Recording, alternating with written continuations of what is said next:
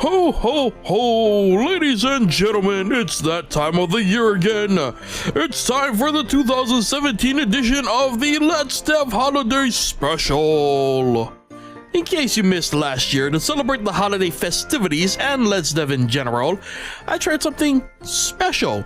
I gave myself an accumulated 24 hours to create a video game from scratch. The end result was a project called Boxed by Christmas. The project featured mechanics inspired by the game it was based on, Dead by Daylight. And this year's project is a spin-off of last year's project. So if you haven't already seen it, or you just want to watch it again, a link to the playlist can be found in the description below.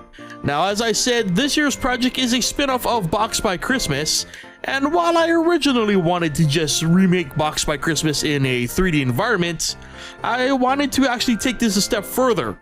So allow me to properly introduce this year's project.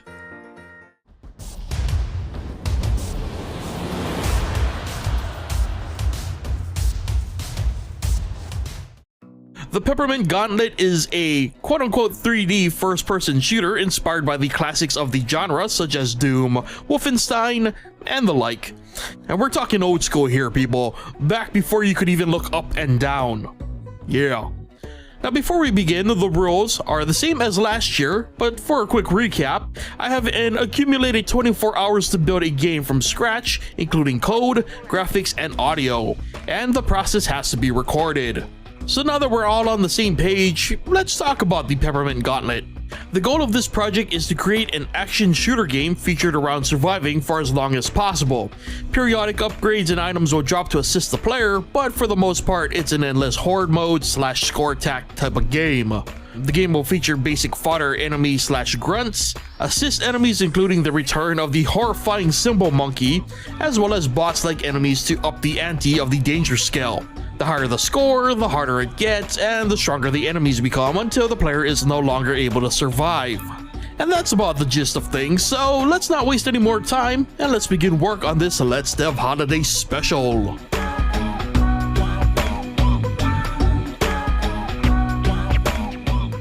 Now 3D is technically new ground for me as a programmer, so if you've ever stopped by during a Let's Dev live session, you were likely witness to me trying to figure out how GameMaker handled quote-unquote 3D. The good news is that I learned fast, but the bad news is that this was not going to be a walk in the park, like at all.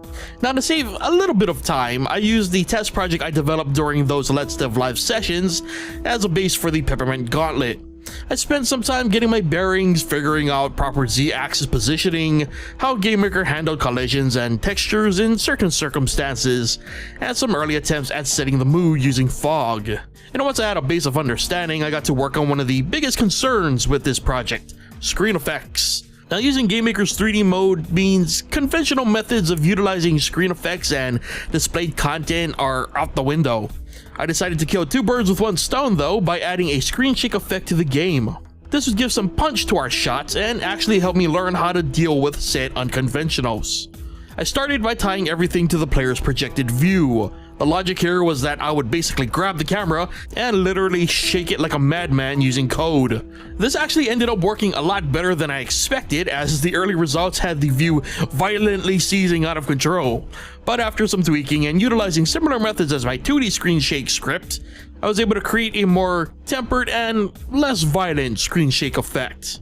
Finally, I wanted to try something new here, and that was utilizing paths. Luckily, GameMaker made this a lot easier than I expected. Using its built-in path creator, I created a simple track around the playfield. This would be the line for a toy train enemy that would circle the area, dropping off enemies periodically until destroyed by the player.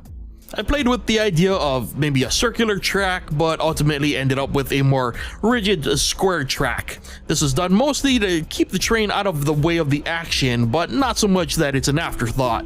Originally, I wanted the train to kill the player on contact, but considering the chaotic nature of the game, I decided to make it simply push the player out of the way. I mean, adding the ability to spawn grunt enemies was enough punishment, I thought. So there we have it, the very basic beginnings for our brand new project.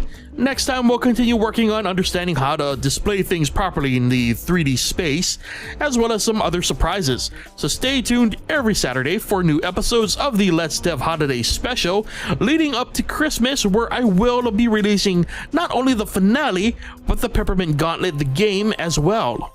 So if you like this video or you enjoy Let's Dev in general, be sure to hit that like button. If you're not already subscribed to the channel, be sure to hit that subscribe button. And as always, leave your thoughts on the project in the comments section below. Always love to hear from you guys. Thank you so much for watching, and I'll see you guys next time.